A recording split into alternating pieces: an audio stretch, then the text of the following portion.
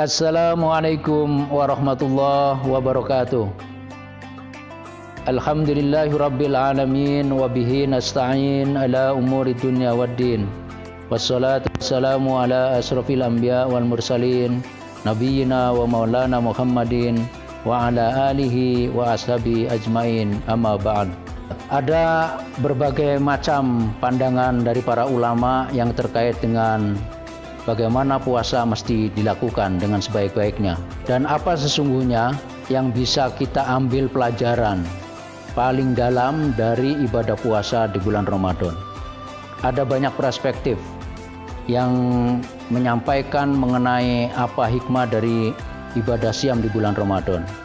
Tapi pada kesempatan yang berbahagia ini saya hanya akan menukilkan dari Az-Zarqani dan Imam Al-Ghazali. Yang pertama, menurut Imam Az-Zarqani, bahwa ibadah puasa itu memiliki 3 aspek yang utama, yaitu ada aspek yang terkait dengan kesehatan, ada aspek yang terkait dengan moralitas, dan yang ketiga adalah aspek ruhiyah, religious psychology. Orang yang melakukan ibadah siam bulan Ramadan sesuai dengan ketentuan legal formal dari ayat-ayat Al-Quran maupun hadis Nabi, sebagaimana makna dari puasa secara istilahi itu adalah menahan diri untuk tidak makan dan tidak minum serta berjima atau berhubungan suami istri selama berpuasa dari terbit fajar sampai terbenamnya matahari. Itu adalah aspek-aspek yang terkait dengan lahiriah atau jasmani dari orang yang menjalankan ibadah puasa.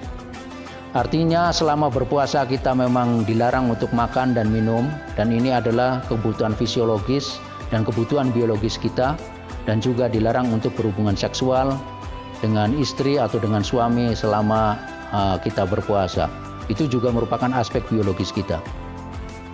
Meskipun kita misalnya hanya berpuasa pada tingkatan yang jasmani dan lahiriah ini saja yang disebut sebagai puasa yang dilakukan oleh kebanyakan orang yang disebut sebagai awam itu, ini tetap saja memberikan manfaat bagi mereka, yaitu setidaknya mereka akan semakin sehat, semakin lebih sehat dari sisi jasmani.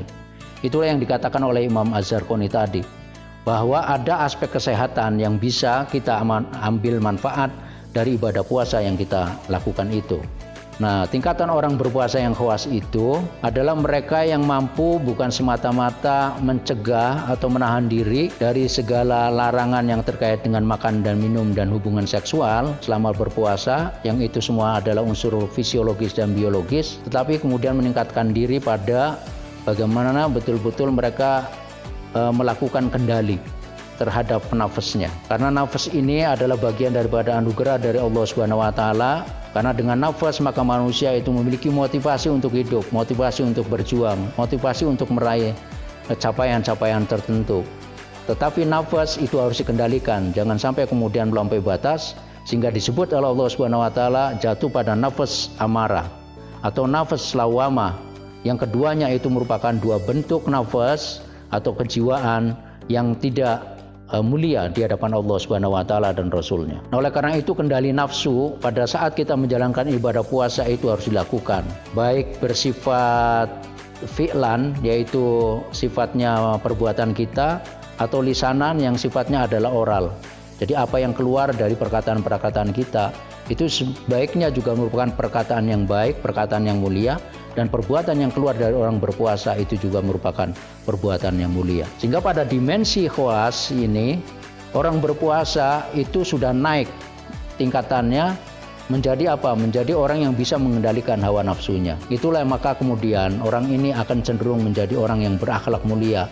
Disitulah sisi dari moralitas. Menurut Az-Zarqani, orang yang melakukan puasa bukan semata menahan diri dari makan, minum, kemudian hubungan seksual, tetapi dia juga mengendalikan nafsunya dalam bentuk perbuatan maupun dalam bentuk lisan selama berpuasa, itu dia akan mendapatkan bukan saja manfaat jasmani, tetapi juga manfaat akhlak, manfaat akhlakul karimah atau moralitas. Puasa khawasul khawas itu adalah mereka yang berpuasa sudah melampaui 2 tingkatan di bawahnya, bukan hanya semata-mata menahan diri dari semua kebutuhan fisiologis dan biologis selama berpuasa, tapi juga bagaimana mereka mengendalikan nafsunya dengan sebaik-baiknya, sehingga kemudian mereka akan meningkatkan diri menjadi nafsul mutmainnah pada tingkatan khawasul khawas. Nah, pada tingkatan khawasul khawas ini, orang yang berpuasa, mereka selalu dan senantiasa waspada terhadap apa yang menjadi tujuan puasa itu, yaitu la'allakum tattaqun, agar menjadi insan yang bertakwa kepada Allah Subhanahu wa taala dalam arti yang sesungguhnya, pada tingkat yang sesungguhnya. Nah, bagi orang-orang yang sudah sampai pada tingkat yang ini, maka dia akan bukan hanya semata-mata mendapatkan faidah berupa kesehatan jasmani, kesehatan lahiriah, tetapi dia juga akan mendapatkan kesehatan yang kesehatan moralitas dengan akhlak mulia yang sangat bagus, dan kemudian dia juga akan mendapatkan faedah berupa kesehatan ruhaniyah. Itulah manfaat dari kita berpuasa. Artinya meskipun kita berpuasa pada tingkat yang paling rendah sekalipun, yaitu berpuasa ala orang-orang awam itu tadi, orang yang kebanyakan itu tetap akan mendapatkan dampak baik berupa kesehatan jasmani yang akan semakin lebih baik dan lebih sehat. Kita berharap bahwa kita dalam 1 bulan penuh mendatang itu bisa sampai kepada derajat khawasul khawas, di mana kita bisa memetik faedah kesehatan ruhiyah pada tingkat yang tertinggi. Demikian pemirsa yang saya hormati, apa yang bisa saya sampaikan pada kesempatan ini. Kurang lebihnya mohon dimaafkan. Billahi bisabil haq wasabil khairat. Assalamualaikum warahmatullahi wabarakatuh.